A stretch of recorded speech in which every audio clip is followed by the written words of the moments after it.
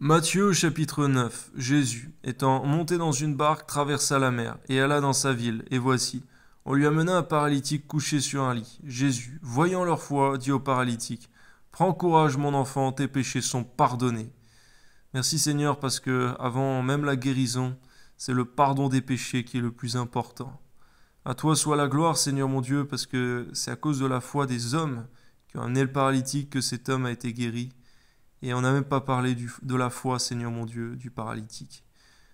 Seigneur, que ton nom soit béni, à toi soit toute la gloire, Seigneur, Amen. Sur quoi quelques scribes dirent au-dedans d'eux, cet homme blasphème. Et Jésus, connaissant leurs pensées, dit, pourquoi avez-vous de mauvaises pensées dans vos cœurs? Car lequel est le plus aisé, de dire tes péchés sont pardonnés, ou de dire lève-toi et marche?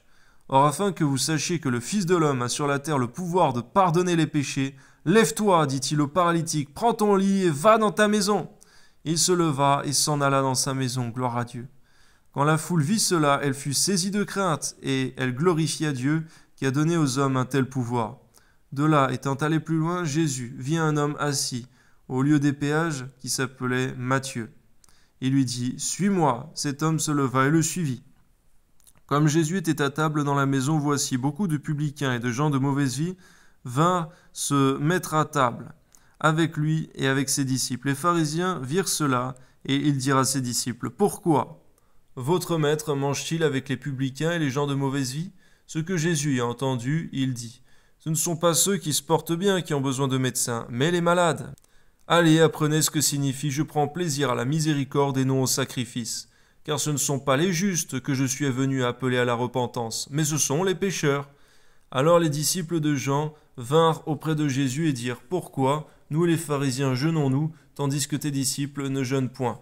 Jésus leur répondit, les amis de l'époux peuvent-ils s'affliger pendant que l'époux est avec eux? Les jours viendront, où l'époux leur sera enlevé, et alors ils jeûneront. Personne ne met une pièce de drap neuf à un vieil habit, car elle emporterait une partie de l'habit, et la déchirure serait pire.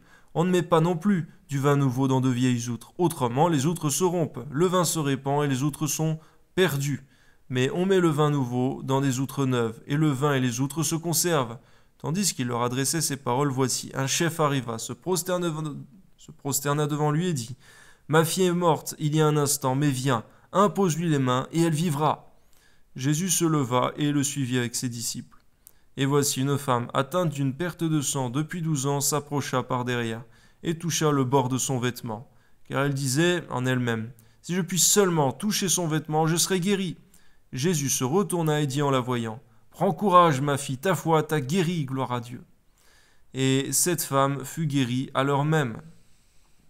Lorsque Jésus fut arrivé à la maison du chef et qu'il vit les joueurs de flûte et la foule bruyante, il leur dit, retirez-vous, car la jeune fille n'est pas morte, mais elle dort. Et il se moquait de lui. Quand la foule eut été envoyée, il entra, prit la main de la jeune fille, et la jeune fille se leva. Le bruit s'en répandit dans toute la contrée. Étant parti de là, Jésus fut suivi par 2 aveugles qui criaient, aie pitié de nous, fils de David. Lorsqu'il fut arrivé à la maison, les aveugles s'approchèrent de lui, et Jésus leur dit, croyez-vous que je puisse faire cela? Oui, Seigneur, lui répondirent-ils. Alors il leur toucha les yeux en disant, qu'il vous soit fait selon votre foi. Et leurs yeux s'ouvrirent, gloire à Dieu. Jésus leur fit cette recommandation sévère, prenez garde que personne ne le sache. On voit, Seigneur, que la foi n'était pas nécessaire, Seigneur mon Dieu, à ce qu'il se passe des guérisons et des miracles, mais c'est par la foi en Christ que nous sommes sauvés, Seigneur. Par la foi en Dieu, Seigneur mon Dieu, et c'est là que nous voyons, Seigneur mon Dieu, que tu veux d'abord éprouver la foi, tu fais toujours passer le salut, Seigneur mon Dieu, avant les besoins temporaires. À toi soit la gloire, Seigneur, Amen.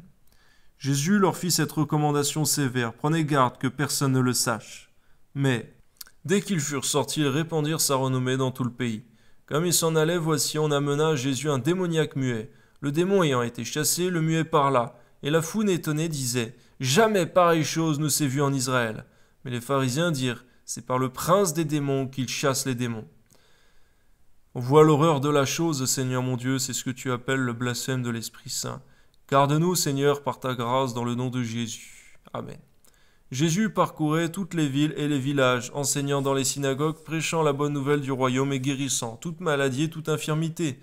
Voyant la foule, il fut ému de compassion pour elle, parce qu'elle était languissante et abattue, comme des brebis qui n'ont point de berger.